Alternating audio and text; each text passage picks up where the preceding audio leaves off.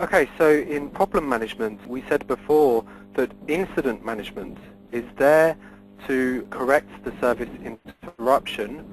Problem management is there to identify the root cause of an incident and resolve that root cause so that it doesn't reoccur again. What we'll be looking at in this process is how the problem management process functions. First of all, a ticket is created.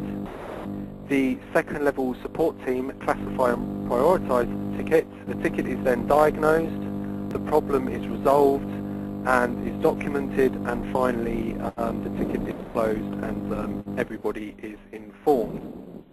Now there are different ways to create a problem message. The first way is to create a problem message through the standard message creation process, which is CRMD order. CRMD order is where you maintain all of your different interruptions, for example, a support message, a problem message, or a request. So I can create a problem message directly within the system by entering all of the information by hand, okay? But we're not going to do that today. We're going to go to a different process, which is where I can create a problem message from an incident. Now, if you remember, I said that problem management is there to correct or to ensure that the root cause of an incident is corrected so that it doesn't happen again. So during your incident management process, what you can do is you can create a problem message directly from that, so that if first level support or second level support do not think that the incident has been mitigated correctly, they can create a problem message. So this will then communicate that there is a problem that needs to be resolved, although the incident has been corrected, that the root cause of the system has not been corrected. So by saving at this status and by selecting this subject field, what the system does is it creates a problem message. Now, I have to tell you now that this is not SAP standard. This is the way in which we've developed the process, because we've tried to get as near to ITIL processes as possible. The system has now created a problem message automatically. You will notice that the fields are already filled out for me. I can see who the first level support team is, who the second level support team is, what the priority is, what the category is, and also I can see certain elements within my overview tab. The very first thing I need to do is I need to obviously go to change mode. Then I need to put the problem into progress, just the same as before, and this shows that that people are not that this problem is being worked on. I put the ticket into progress, and I have the same types of functionality again to search for the resolution activities. Again, I can search the solution database, I can search OSS notes. Now, if all of this fails, if I can't find the resolution because there isn't a previous problem that we've recorded internally and SAP hasn't encountered the problem through the OSS process, what I can do is I can send the message to SAP by clicking this button. Now, I won't actually do this, because if I do this, Active Global Support SAP will receive a notification message that I have a problem, and I don't have a problem, so we're not going to do this.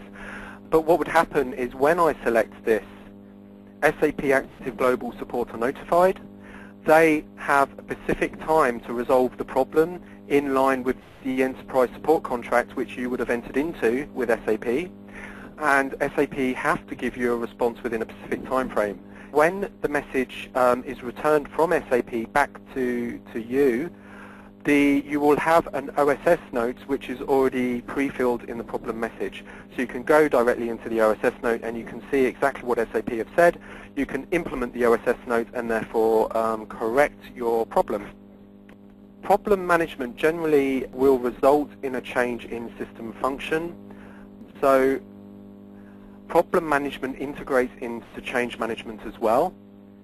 So by selecting that a change is required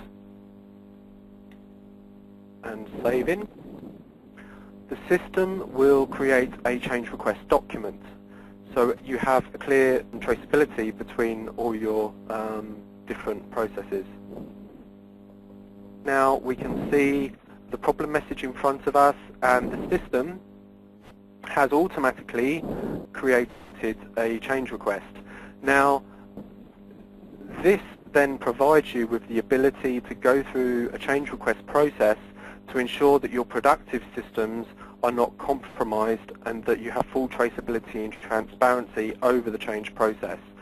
And again, change management links into transport process as well. You will notice that I can't actually change, sorry, just go back into change mode. I can't actually change the status because the status is controlled now by SAP. The status will only change once the change management process has been completed and the change document is closed.